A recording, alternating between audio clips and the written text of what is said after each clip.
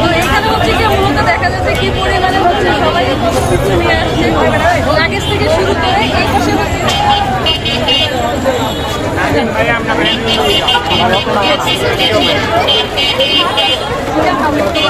খবর খবর খবর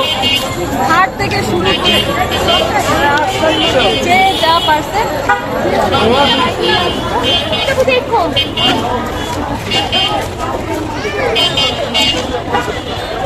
তো এটা হয়তো বা আমাদের শেখ হাসিনা কখনোই চিন্তা করা যায় যে এরকম একটা দৃশ্য কখনো দেখতে পাবো।